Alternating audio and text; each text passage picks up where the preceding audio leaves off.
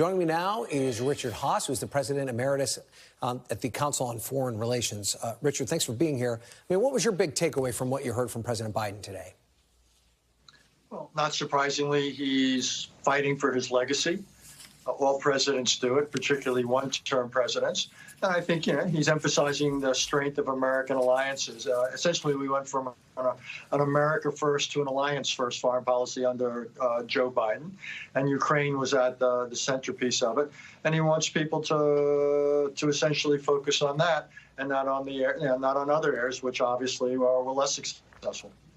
And we know Joe Biden, the senator and the vice president, he often touted his foreign policy experience. What do you think his foreign policy legacy as president will be? It'll be decidedly mixed. The Ukraine situation, for example, is very much in the hands of his successor. I think the administration made some mistakes in their over-carefulness about what they provide Ukraine.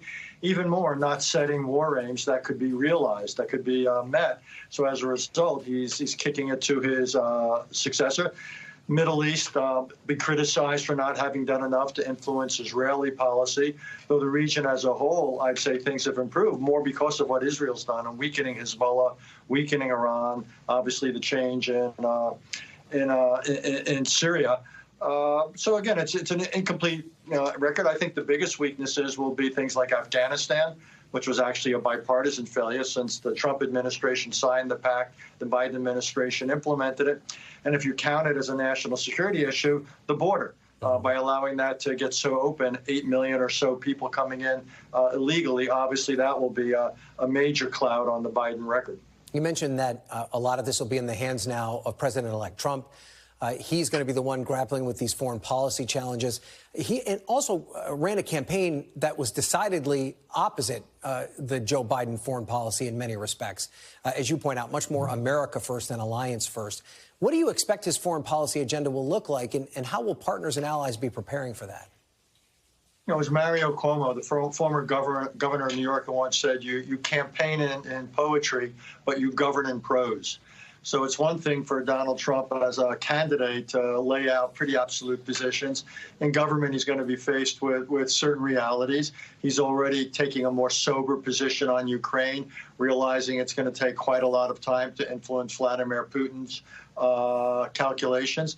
He seems, even though he's threatening tariffs, he also is making certain outreach to China. It's our most important bilateral relationship. So, what we're getting, I think, is a difference between Donald Trump, the campaigner and the candidate, and Donald Trump, the 47th president. And then we're just going to have to see. It's going to depend upon him. It's going to depend on events.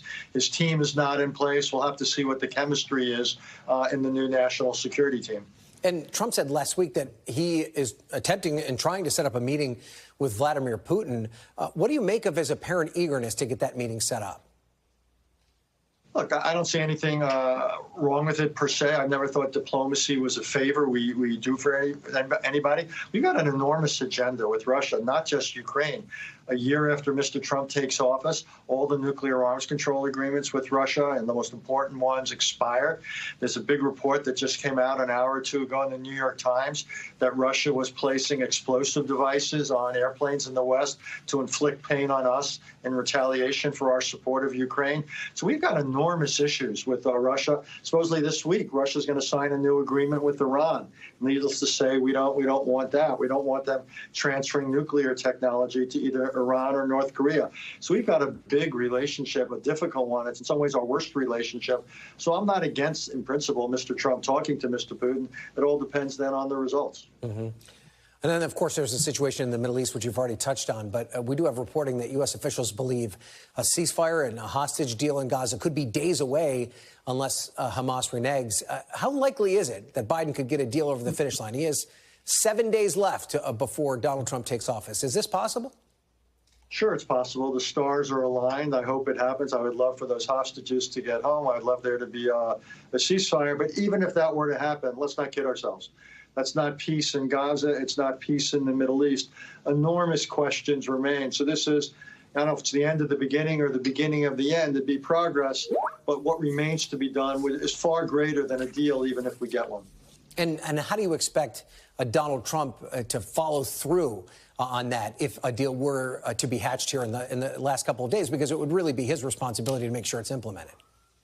Oh, absolutely. And the real question is, can you get some type of security force into Gaza? Can you get a political dialogue going between Israel and Palestinians?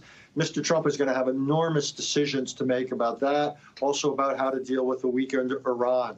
So again, Mr. Biden is going to leave, shall we say, a rather full inbox for his successor, and exactly how Donald Trump's going to deal with everything that's going to be waiting for him. That essentially is the next chapter of history. Yeah, new administration, new challenges in a very volatile world right now. Richard Haass, thank you for breaking down all of it for us. We appreciate it. Thanks for watching. Stay updated about breaking news and top stories on the NBC News app or follow us on social media.